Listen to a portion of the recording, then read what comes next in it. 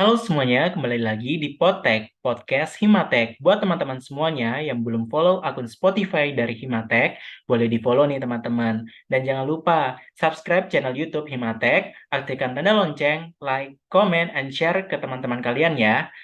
Pada episode kali ini, aku udah ngundang narasumber yang akan menemani kita pada episode kali ini. Ayo, siapa tebak? Halo Mbak Zawa sama Mbak Intan. Halo Halo. Dimas.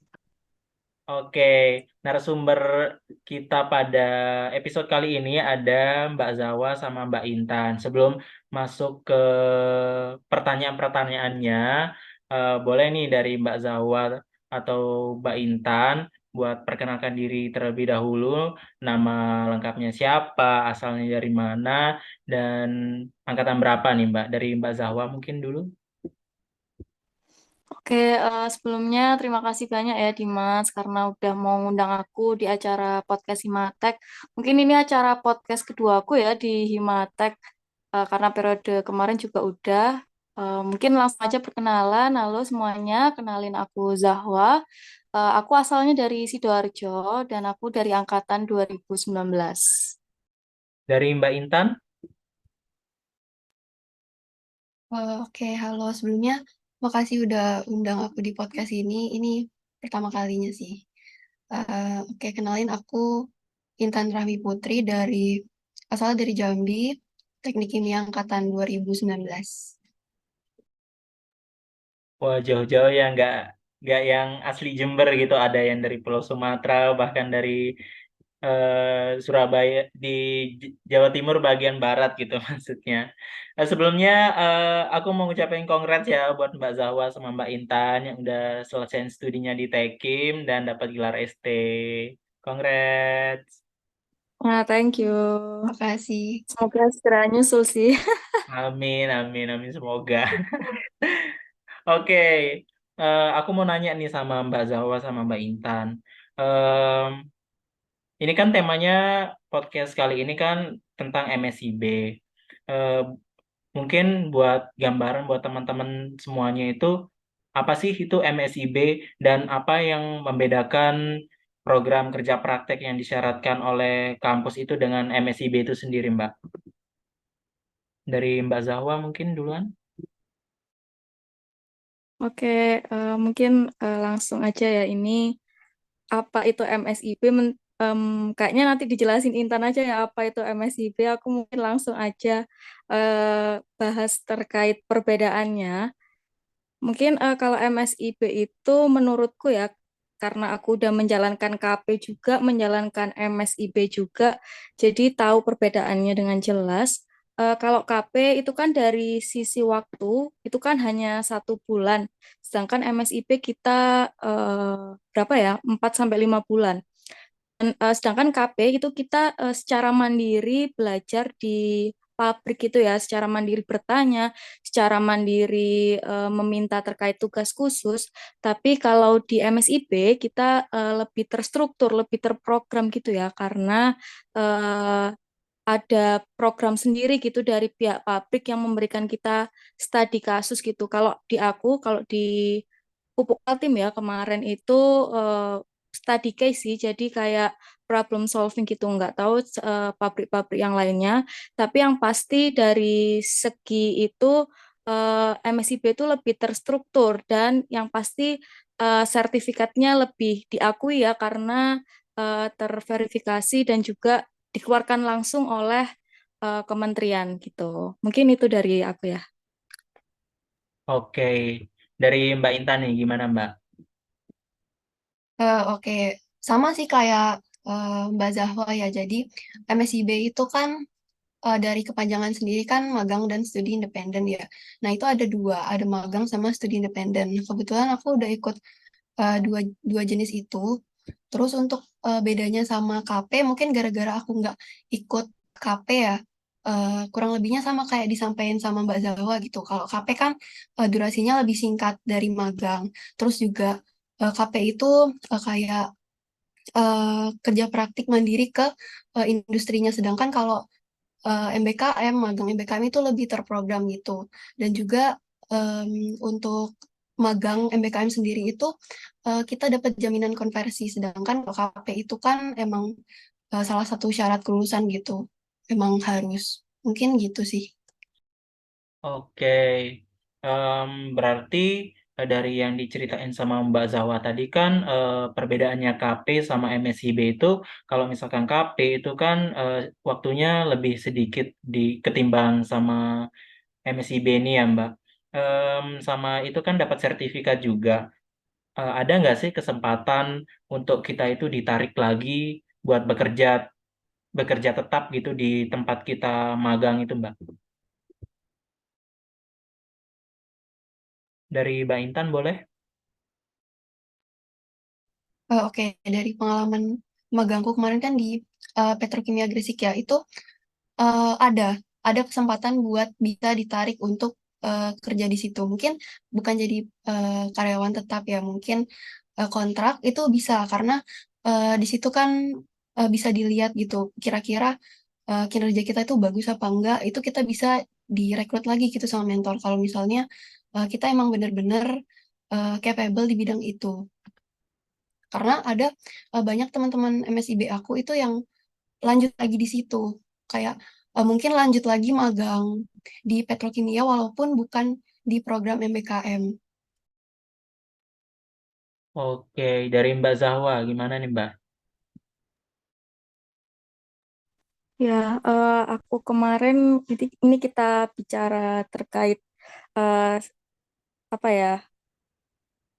Karena aku magangnya di Kementerian BUMN, yang mana di BUMN sendiri itu sekarang ada Omnibus Law, yang mana nggak ada perekrutan secara langsung dari instansi terkait. Jadi semuanya murni perekrutan dari induk perusahaan.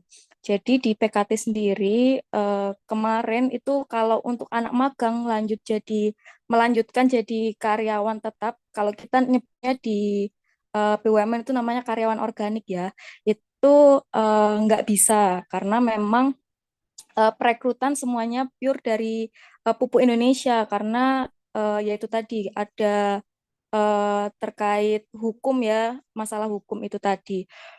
Tapi kalau memang mau melanjutkan jadi seperti karyawan kontrak, kita nyebutnya biasanya outsourcing ya, biar teman-teman juga biasa sama bahasa-bahasa kayak gitu. Jadi kalau karyawan outsourcing itu bisa, tapi melalui perusahaan ketiga. Kalau BUMN itu kayak gitu. Jadi kalau di PKT sendiri itu perusahaan ketiganya itu namanya IUM. Nah, jadi kalau kita sudah punya eh, apa ya sudah punya pengalaman magang di sana otomatis jadi nilai plus karena artinya kita sudah tahu gitu ya sudah pernah berkecimpung di dunia itu yang otomatis menjadi nilai plus. Tapi kalau secara langsung direkrut gitu itu nggak bisa karena itu tadi. Tapi lain hal sama aku pernah sharing nih sama temanku yang sama-sama MSIB tapi bukan perusahaan BUMN tapi perusahaan swasta. Nah itu bisa langsung direkrut karena memang mereka nggak ada terkait legalitas kayak gitu ya. Jadi pure perusahaannya sendiri yang bagaimana merekrut sesuai kebutuhan mereka, nggak ada terkait permasalahan hukum karena BUMN apa ya kan di bawah kementerian gitu ya. Jadinya lebih apa ya lebih ketat gitu terkait perekrutan seperti itulah gambarannya.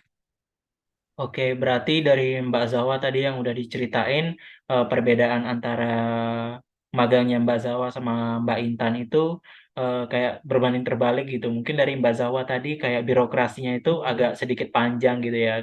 Dari Mbak Intan itu bahkan kayak singkat gitu birokrasinya. Jadinya ada kesempatan buat teman-teman lanjut gitu di industri yang tempatnya magang gitu. Tadi aku udah dengar dari Mbak Zawa magangnya di Pupuk Kaltim ya Mbak ya, Iya betul betul. sama Mbak Intan di Petrokimia Gresik. Boleh nggak sih ceritain sedikit pengalamannya di sana atau testimoninya gitu selama magang di Pupuk Kaltim sama di Petrokimia Gresik gitu dari Mbak Zawa duluan. Bu.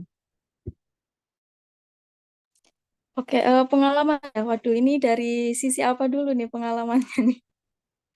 Eh, gimana nih?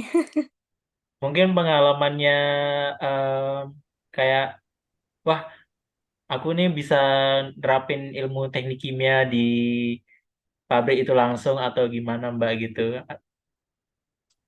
Oh, oke oke ya. Kalau itu sih pasti ya. Karena jujur aja aku lebih banyak belajar waktu magang daripada waktu kuliah. Karena apa ya, kita langsung penerapan secara langsung gitu ya ilmu-ilmu itu. Jadi benar teori tapi kita ngelihat langsung gitu gimana realnya. Misal kayak absorpsi. Absorpsi itu gimana prosesnya, bagaimana eh, parameter apa aja. Kita langsung lihat gimana prosesnya, gimana cara mengaturnya, gimana parameter apa aja yang harus dikontrol dan lain sebagainya. Terus juga eh, ini sih ya, banyak hal-hal yang kita itu sebenarnya di dunia perkuliahan itu nggak masih asing gitu dan banyak yang nggak tahu. Dan ternyata waktu terjun di pabrik itu jadi lebih tahu gitu ya, jadi lebih paham. Terus kita juga ini kelebihan magang juga sih. Kita jadi lebih tahu dari sudut pandang karyawan gitu ya, jadi dari sudut pandang operator, kita kalau nyebut ya operator, yang mana basicnya itu nggak melulu orang yang berpendidikan sarjana seperti kita. Dan ternyata banyak hal yang bisa dikolaborasikan gitu dari sisi eh, segi kita yang backgroundnya pendidikan gitu ya, jadi lebih secara teoritis dan orang operator yang lebih paham terkait teknis di lapangan. Jadi ketika itu dipadukan, alhamdulillah bisa membantu juga dalam proses penyusunan tugas akhir ya. Itu sedikit banyak juga. Terus kalau magang juga sih kita ini ya banyak dapat data juga ya, itu juga banyak membantu sih yang menurutku untuk keberlangsungan tugas akhir gitu sih. Oke, dari Mbak Intan nih gimana nih pengalamannya di selama magang di Petrokimia Gresik nih Mbak? Oke, bener banget ya tadi kata Mbak Zawa juga. Jadi pengalamanku magang ya. Jadi aku bisa cari tahu langsung ya seputar proses industri itu ke mentor yang emang udah expert gitu di bidangnya. Dan juga aku bisa nerapin secara langsung ilmu yang udah aku dapat selama kuliah untuk nyari solusi dari misalnya dikasih study case atau permasalahan dari pabrik gitu oleh mentor. Karena kebetulan aku kan di departemen produksi. Jadi mungkin misalnya ada problem di plan gitu. Dari mentor sendiri juga pasti bakalan share juga ke aku kira-kira masalahnya itu apa dan juga itu bisa diskusi secara langsung gitu sama mentornya. Jadi nggak cuma di depan laptop atau depan layar doang atau eh, karena kita juga sempat ngalamin pandemi ya. Jadi aku juga ngerasa jenuh dan aku ngerasa kayaknya kurang maksimal deh ilmu yang aku dapat selama aku kuliah online gitu. Makanya di sini di magang ini tuh aku bener-bener bersyukur banget karena di sini aku bisa belajar lebih banyak daripada aku kuliah di kampus gitu, kuliah biasa. Terus juga kalau magang ini kan istilahnya kita punya privilege buat bisa ngelihat secara langsung gitu, ngelihat alatnya kayak gimana, terus ngelihat prosesnya secara langsung gimana. Kita bisa berinteraksi langsung dengan operator di sana, terus kita bisa tanya secara langsung ketika kita nggak ngerti atau nggak paham sama prosesnya gitu. Itu enaknya sih. Nah, terus juga bisa tahu ternyata dunia industri itu eh, kayak gimana gitu. Lingkungan kerja di industri itu sebenarnya kayak gimana. Terus juga aku juga jadi tahu kalau ternyata khususnya di produksi gitu ya, ada terkadang pada praktiknya itu tidak selalu sesuai dengan teori yang kita tahu gitu. Mungkin itu sih. Oke, jadinya kita tuh kayak lebih tahu ya daripada kita kuliah di kampus hanya teori aja. Jadinya di program MSIB ini kita bisa langsung mengaplikasikan ilmunya kita yang kita dapat di kampus di dunia industri gitu ya Mbak ya. Iya, betul. Oke, Em, untuk tes MSIB-nya ini sulit nggak ya Mbak? dan syaratnya tuh kira-kira tuh kayak gimana? Mungkin dari Mbak Intan sama Mbak Zawa bisa ngasih tips and trick buat teman-teman semuanya untuk tahapan proses seleksinya itu kayak gimana? Misalkan CV-nya itu harus ditulis bagaimana, apa yang harus disiapkan untuk wawancara, mungkin ada cara menjawab saat di wawancara itu ada rekomendasinya atau tidak, cara menjawabnya mungkin gitu Mbak. Dari Mbak Intan dulu mungkin. Oke. Mungkin aku bakal ceritain dari dua jenis program ya. Yang pertama kalau magang itu yang harus disiapin berkas-berkas yang harus kita upload gitu ya, dipastiin lengkap. Terus CV, untuk CV dulu aku bikin CV ATS. Terus em, ada juga seleksi, selain seleksi berkas itu ada tes tulis. Di mana tes tulis ini juga bakal beda-beda sih tiap mitranya. Terus di akhir wawancara. Wawancara ini mungkin yang perlu disiapin mental sih ya. Soalnya takutnya kan gugup atau gimana gitu. Nah, terus untuk kalau studi independen itu seleksinya mungkin tingkat kesulitannya lebih kecil ya karena kalau di studi independen itu nggak pakai wawancara, jadi mungkin cuma ada tes tulis di beberapa mitra dan itu juga beda-beda gitu sih.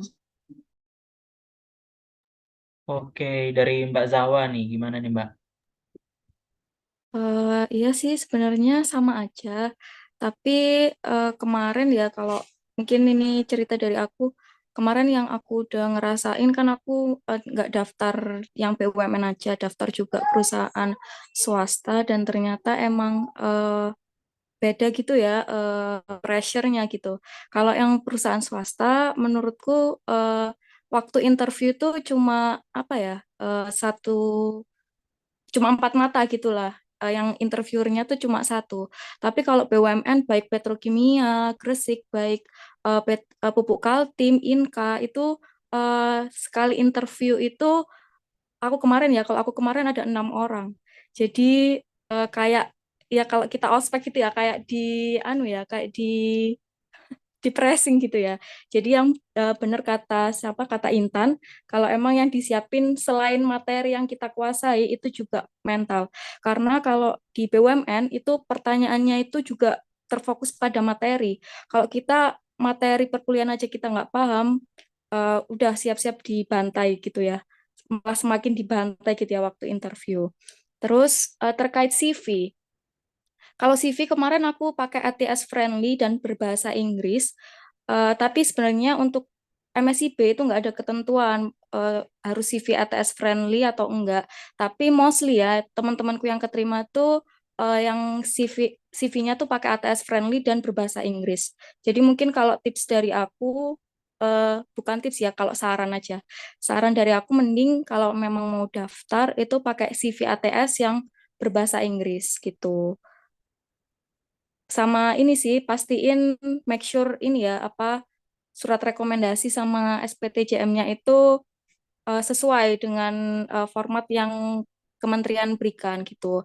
Karena kemarin tuh banyak yang nggak lolos gitu ya di tahap administrasi itu seleksi itu malah seleksi surat rekomendasi dan SPTJM belum ke tahap-tahap tes tulis dan lain sebagainya gitu sih.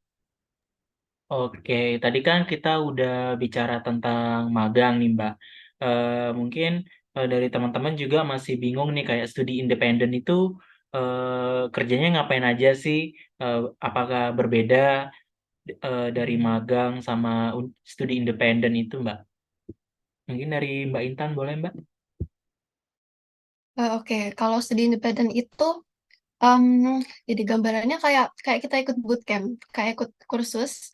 Jadi lebih banyak belajar dan setelah itu kita banyak dapat assignment kayak banyak tugasnya sih kalau menurut aku ya banyak tugasnya. Jadi dulu aku itu tiap hari dari Senin sampai Jumat itu ada kelas dan di hari itu juga dikasih tugas gitu ya. Mungkin kalau misalnya masih semester misal semester 6 gitu mungkin agak hektik ya buat bagi waktunya karena kalau dari aku sendiri yang di semester ikutnya di semester 8 padahal itu udah kayak senggang gitu ya ya mungkin disambil tugas akhir tapi itu juga aku masih keteteran gitu buat ngerjain tugas ya gitu sih kayak lebih banyak belajar aja sih kayak kursus gitu.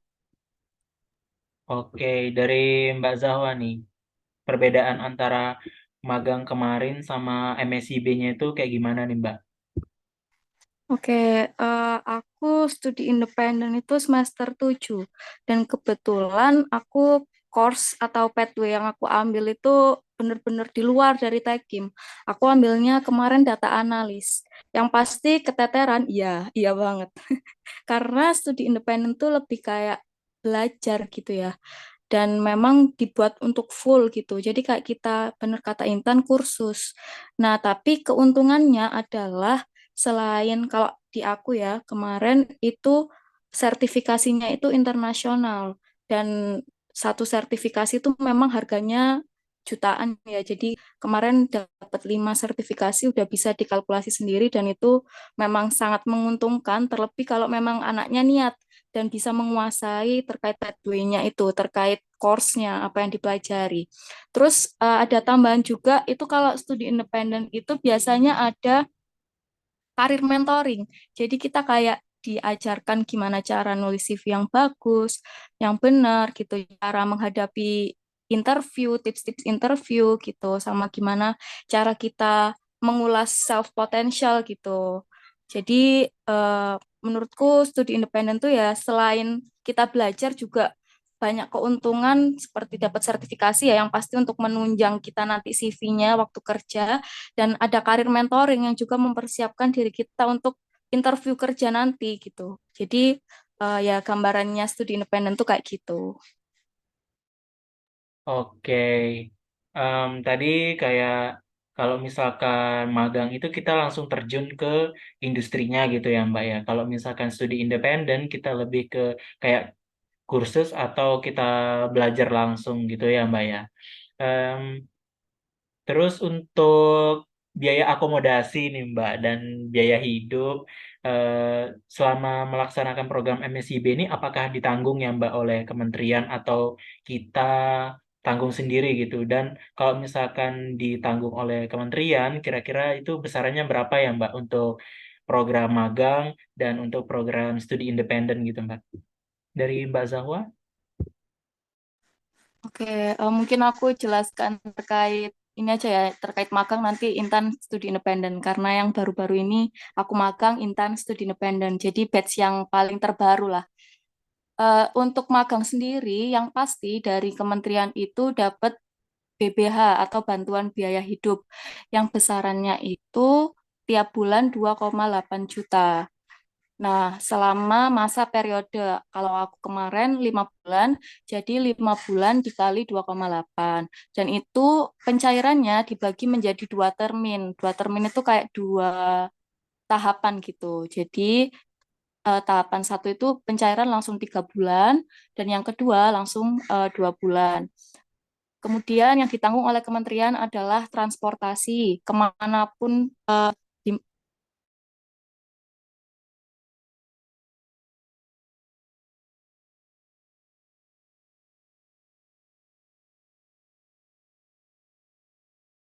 Oke, jadi jadi yang pasti dari kementerian itu ditanggung biaya transportasi. Jadi kemanapun dan dari manapun asal mahasiswanya pasti ditanggung transportasi pulang dan pergi. Dan yang ditanggung adalah kendaraan atau transportasi yang jenisnya adalah kereta dan juga pesawat. Jadi kalau bis dan mungkin travel gitu enggak ya. Jadi khusus pesawat dan juga kereta. Jadi kalau misalkan nggak ada di daerahnya nggak ada kereta atau nggak bisa ditempuh dengan pesawat itu nggak ditanggung sama kementerian. Kemudian untuk fasilitas lain itu akan ditanggung oleh dan biasanya diberikan secara mandiri oleh perusahaan. Kebetulan kalau Pupuk Kaltim kemarin memberikan bantuan fasilitas berupa tempat tinggal, makan siang, dan juga transportasi pulang pergi pabrik ke tempat tinggal gitu. Jadi beda-beda ya tiap perusahaan. Soalnya kemarin di KMI itu beda, nggak dapat tempat tinggal, nggak dapat transport, jadi semuanya mandiri. Jadi biaya kos-kosan, biaya makan siang itu ditanggung sendiri. Kalau dari magang kayak gitu. Mungkin dari studi independen, Intan mungkin ya yang paling terbaru. Oke, dari Mbak Intan nih, gimana nih dari studi independen tuh apakah biaya hidupnya itu ditanggung kayak magang gitu, Mbak? Oke, kalau studi independen nggak dapat uang saku ya, artinya biaya hidupnya itu nggak ditanggung karena studi independen itu kan rata-rata kebanyakan itu online dan beberapa mitra mungkin ada yang ngasih uang kuota atau uang internet gitu, tapi nggak uang saku. Bahkan ada yang sama sekali nggak ngasih uang kuota gitu. Tapi kalau dari mitraku dulu itu cuma ngasih uang kuota sih. Oke, terus mungkin ini nih yang paling ditanyakan atau yang paling banyak yang ditanyakan oleh teman-teman semuanya untuk konversi ke mata kuliahnya itu bagaimana ya Mbak untuk magangnya sendiri dan untuk MSIB-nya gitu Mbak. Mungkin dari Mbak Zawa menjelaskan konversi mata kuliahnya dari sisi magang dan Mbak Intan dari sisi studi independennya gitu Mbak. Oke, mau magang dulu atau studi independen dulu nih? Studi magang dulu deh, magang dulu. Oke, oke. Jadi kalau magang itu karena ini sih sebenarnya itu kalau dari Kaprodi sendiri, dari prodi ketentuan prodi, konversinya itu harus sesuai. Jadi kita magang ini tentang apa dulu dan disesuaikan dengan kurikulum atau apa ya namanya? Tentang mata kuliahnya gitulah intinya. Dan kalau misalkan nggak sesuai atau masih mirip-mirip gitu nilainya otomatis B. Dan kalau memang misalkan sesuai nilainya bisa A. Dan kalau dari prodi itu sebenarnya ketentuan dari fakultas dan universitas itu siapapun mahasiswa yang mengikuti program MBKM itu wajib konversi 20 SKS. Karena kalau nggak konversi 20 SKS full, itu nanti nggak akan diakui keikutsertaannya dalam program MBKM. Karena program MBKM ini kan katanya ya bisa membantu peningkatan penilaian akreditas. Jadi kalau kita nggak konversi full 20 SKS itu nanti percuma, kita nggak nggak dapat pengakuan itu gitu. Nah, untuk di Tekim sendiri ya, kalau aku karena aku udah semester 8, jadi konversinya nggak ada mata kuliah yang bisa aku konversikan lagi karena sudah aku ambil semua, sudah aku tempuh semua. Tapi karena itu tadi ada keharusan, akhirnya aku tetap mengkonversi mata kuliah ini ke mata kuliah yang sudah pernah aku ambil gitu. Jadi formalitas gitulah ya, biar dapat pengakuan itu. Tapi kalau dari prodi sendiri, sebenarnya kalau di teknik ya ini sebenarnya konversi MBKM ini cukup susah ya, karena eh, cari linearitasnya itu juga cukup sulit gitu. Beda sama teman-teman yang dari Sosum gitu ya, kalau aku tanya-tanya gitu. Mereka konversi itu langsung gampang gitu, mau 20 SKS ya silakan 20 gitu, apa aja. Kalau di teknik kimia itu kayak masih dipilih-pilih gitu. Dan kalau memang misalkan mau konversi, di laporannya itu harus benar-benar memuat tentang mata kuliah tersebut. Misalkan laporanku ini mau aku konversikan ke OTK 2. Nah, di OTK 2 ini ada materi apa aja? Misalkan ada materi absorpsi. Nah, di laporanku ini harus membahas terkait materi absorpsi gitu. Jadi biar bisa cocok gitu untuk dikonversikan. Jadi kayak gitu sih kalau dari sisi magang. Oke, dari Mbak Intan nih, untuk studi independen tuh apakah ada konversinya ya Mbak ya?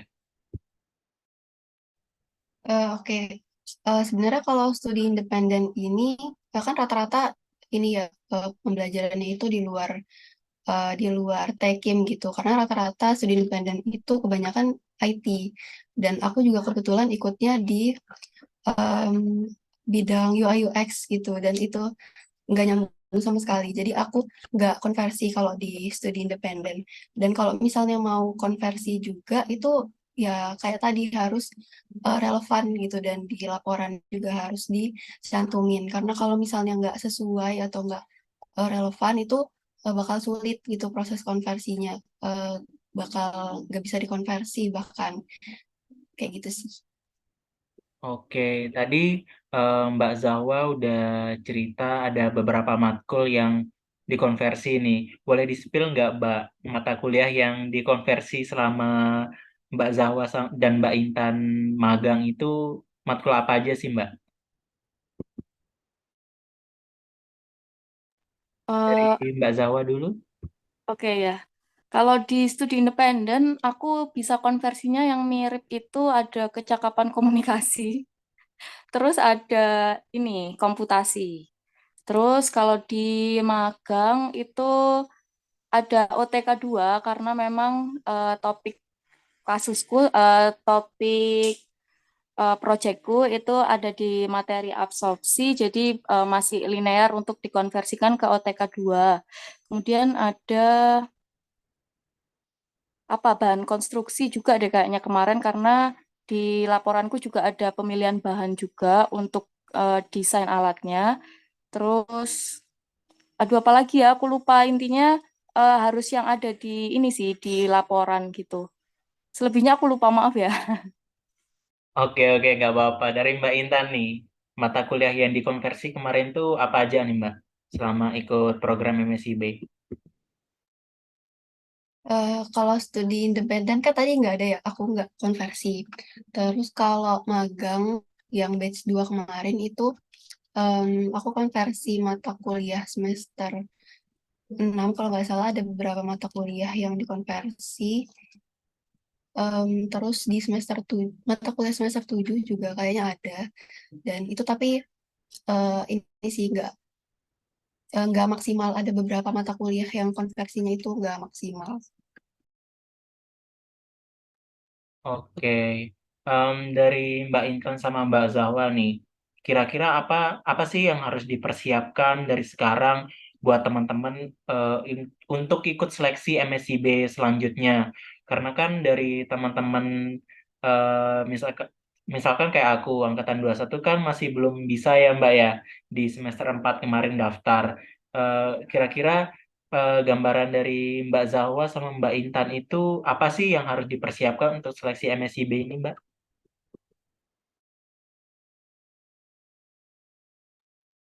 Dari Mbak Intan dulu mungkin, baru Mbak Zahwa. Oke. Pertama yang perlu disiapin tentunya ini ya berkas. Itu dipastikan udah sesuai sama ketentuannya yang di kampus Merdeka. Kemudian em, siapin, yang kedua siapin mental juga. Kemudian pokoknya benar-benar siapin kayak udah riset terlebih dahulu terkait mitra yang mau di-apply gitu. Kita harus udah tahu dulu at least gambaran umumnya gitu supaya nanti bisa mempermudah kita juga pada saat interview gitu. Terus belajar juga sih mungkin perlu karena takutnya pas wawancara itu ditanya spesifik eh, ke bidang atau ke departemen yang mau kita apply gitu. Mungkin itu sih. Oke, dari Mbak Zawa nih, gimana nih Mbak? Oke, jadi yang harus disiapkan ya, yang pertama yang pastinya niat ya, karena eh, ada juga sebagian mahasiswa yang mengikuti tes MSIB itu cuma untuk, oh pengen tahu lah gimana sih wawancara kerja itu, jadi cuma sekedar pengen tahu aja. Karena kalau memang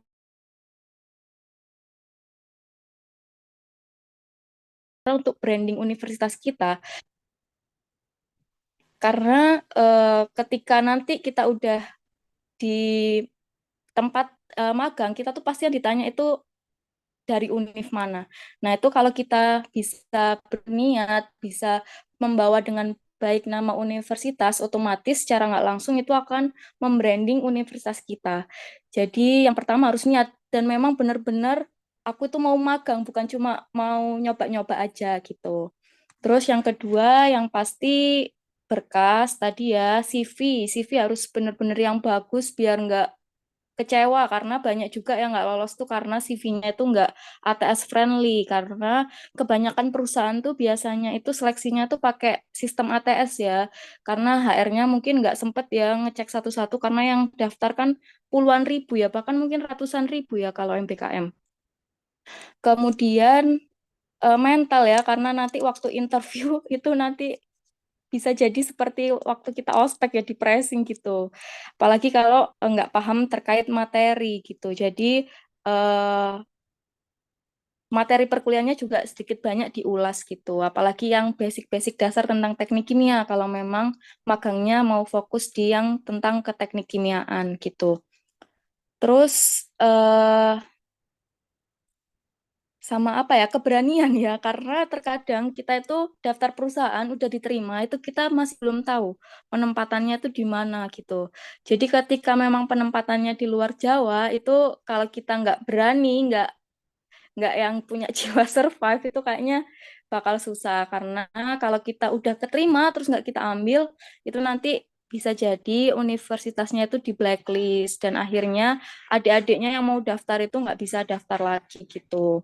Kemudian yang perlu dipersiapkan adalah izin ke Kaprodi, karena kalau nggak izin nanti bisa dipersulit terkait konversi. Jadi izin dulu Pak Boy, saya mau ikut program ini. Gimana Pak menurut Bapak? Apa diizinkan? Terkait konversinya bagaimana? Jadi dibicarakan baik-baik. Jadi nggak yang langsung lepas gitu aja gitu. Terus tiba-tiba langsung setor, Pak saya mau konversi gitu. Nah itu nanti bakal dipersulit di akhir gitu. Dan kalau memang kan memang sudah izin, itu kalau bisa buat MOU gitu. Pak, saya ikut program ini, mau konversi mata kuliah ini. Bisa nggak? Jadi di awal aja kayak gitunya. Jadi biar nggak sakit hati di akhir gitu ya, karena ternyata tiba-tiba nggak bisa dikonversi gitu.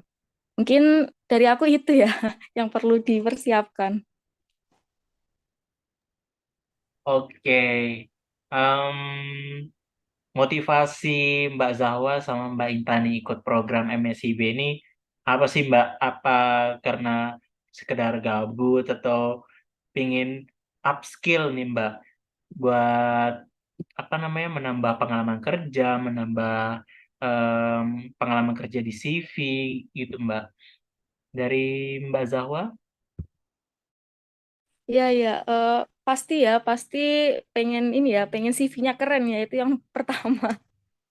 Terus yang kedua juga kita realistis aja ya, kita kuliah itu juga kalau kita cuma belajar aja tanpa punya pengalaman kerja, itu nanti ketika di dunia kerja itu yang dilihat pertama kali oleh HR itu adalah pengalaman kerja kita. Kalau kita nggak ada, itu nanti agak gimana gitu ya, menurunkan penilaian kita. Walaupun sebagus apapun IPK kita, kalau kita nggak punya pengalaman, itu akan dipandang rendah oleh HR gitu. Jadi yang pasti, yang pertama untuk mempercantik CV. Terus yang kedua, mau dapat ilmu ya, karena memang di bangku perkuliahan, kalau kita cuma dengerin dosen aja, terus ngerjain tugas tuh kayaknya kurang ya kalau kita nggak implementasikan secara langsung. Seperti halnya kita kalau kuliah secara teoritis dan dipraktekkan langsung di praktikum, itu kalau menurutku ya lebih bisa lebih mudah dipahami itu ketika praktikum gitu. Jadi ya analoginya kayak gitulah ya. Ya itu sih ya. Kalau ini yang terus yang ketiga adalah sebenarnya ya tujuanku itu untuk membranding teknik kimia UNED, karena tahu sendiri ya kita ini masih eh, newborn gitu ya. Jadi perlu di upgrading gitu ya, supaya perlu di branding gitu ya biar lebih baiklah ke depannya. Itu sih. Oke, dari Mbak Intan nih, apa motivasinya Mbak Intan untuk ikut program MSIB ini Mbak? Oke, motivasinya tentu pengen dapet ini ya, experience yang lebih dari sekedar kuliah di kampus gitu, karena program MSIB sendiri kan benefitnya banyak banget.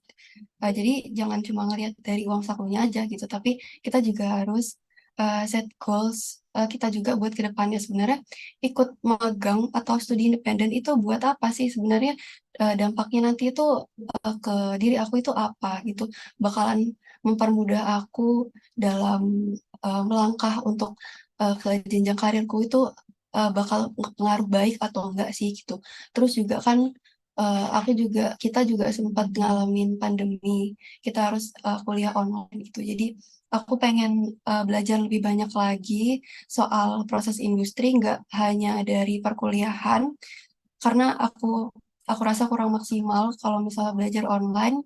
Jadi ya gitu, dari MSIB itu aku bisa belajar lebih banyak lagi gitu, bisa cari tahu dunia industri secara langsung itu gimana. Jadi ada gambaran juga. Jadi kedepannya bisa buat nentuin juga sebenarnya passion kita tuh ada di mana gitu. Oke, terakhir nih buat Mbak Intan sama Mbak Zahwa, pesan buat teman-teman semuanya, khususnya teman-teman Tekim nih, agar membranding Tekim UNEDS itu agar lebih baik lagi dan semakin meningkat akreditasinya juga. Pesannya nih dari Mbak Intan sama Mbak Zahwa ke teman-teman Tekim deh. Dari Mbak Intan dulu mungkin. Oke, karena emang untuk ikut MSIB ini juga berpengaruh ke akreditasi juga ya, karena kita bisa branding Tekim Unet juga dari program MSIB ini. Jadi teman-teman, uh, ayo deh daftar MSIB karena benefitnya juga banyak banget sih. Jadi kita bisa apa ya, upgrading diri kita juga sambil kita bisa branding Tekim Unet juga gitu. Terus juga kita bisa lebih bisa explore lebih banyak hal gitu daripada kita cuma kuliah di kampus gitu sih. Jadi ya mumpung ada kesempatan gitu, nggak ada salahnya buat nyoba gitu sih. Oke, dari Mbak Zahwa nih. Gimana Mbak pesannya buat teman-teman, khususnya teman-teman Tekim nih? Iya, ya. Eh, Kalau aku ya, pesan dari aku, kalian semua harus ikut MSIB karena memang MSIB itu senagi itu. Aku pun kalau bisa punya kesempatan beribu-ribu kali, aku nggak mau lulus dulu deh. Kayaknya aku mau MSIB lagi aja terus sampai semesternya habis gitu. Tapi karena memang keterbatasan pendaftaran cuma 2 kali, ya udah, jadinya udah ya, maksudnya nggak lanjut. Jadi buat teman-teman, selagi ada kesempatan untuk ikut program MBKM, nggak cuma MSIP ya, apapun itu, coba aja. Karena selain bisa meningkatkan, menambah ini ya, branding tentang Tekim UNEDS, kita tuh juga punya relasi yang nggak main-main gitu, orang yang kita kenal.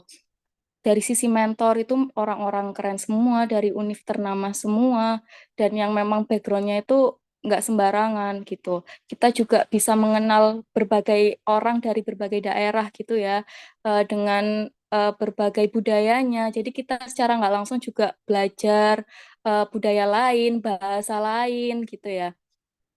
Jadi menurutku buat teman-teman yang masih bisa buat ikut MSIB ataupun program MBKM apapun itu, lebih baik eh, dicoba gitu ya buat ikut karena benefitnya itu sebagus itu gitu menurutku ya, karena aku setelah ikut ini juga kemarin ada ini undangan untuk ikut webinar S2 gitu, jadi lebih banyak apa ya terkait hal-hal yang sebenarnya kita nggak dapat di prodi itu dapat gitu loh di luar. Nah, jadi selagi ada kesempatan, teman-teman ikut aja, karena relasi yang kita dapat itu selain pengalaman, kita juga dapat relasi yang benar-benar sepertinya bisa membantu kita ke depannya gitu. Ya, untuk teman-teman Tekim semua semangat, tetap bangga sama Tekim UNED gitu ya. Tetap semangat belajar juga, buat teman-teman angkatan 20 semangat penelitian ya, mau penelitian KP juga, teman-teman 21 juga semangat kuliahnya, teman-teman adik-adik 22 juga semangat kuliahnya biar bisa lulus cepat ya, biar bisa mengalahkan kakak tingkatnya nih untuk target kelulusan gitu. Oke, mungkin itu aja dari aku. Amin. Semoga yang didoain Mbak Zahwa sama Mbak Intan tadi relate ke teman-teman semuanya juga. Em, Nih teman-teman, buat teman-teman semuanya, khususnya teman-teman Tekim itu kan tadi dari Mbak Zahwa sama Mbak Intan udah merekomendasikan nih buat teman-teman semuanya buat daftar program MSIB. Kayak tadi selain bisa branding Tekim UNED, itu kan dapat konversi mata kuliah, dapat uang saku, dapat biaya akomodasi juga tadi yang sudah dijelaskan oleh Mbak Intan sama Mbak Zawa. Dan juga ini prosesnya semuanya gratis ya Mbak ya. Gratis tanpa dipungut biaya apapun. Nah, itu apalagi gratis nih teman-teman untuk upskill dari teman-teman semuanya nggak yang cuma hanya belajar gitu di kampus kayak tahu tentang teori tahu tentang teori aja, tapi teman-teman melalui program MSIB ini bisa langsung mengaplikasikan ilmu teknik kimianya di bidang industri gitu. Oke, thank you Mbak Zahwa sama Mbak Intan udah mengisi episode kali ini. Semoga bermanfaat buat kita semuanya, khususnya teman-teman Tekim. Eh, Semoga di MSIB selanjutnya semakin banyak nih teman-teman Tekim yang daftar program MSIB. Thank you, Mbak. Makasih juga ya, semangat. Thank you, Mbak Intan. Kasih. Oke, em, see you teman-teman semuanya.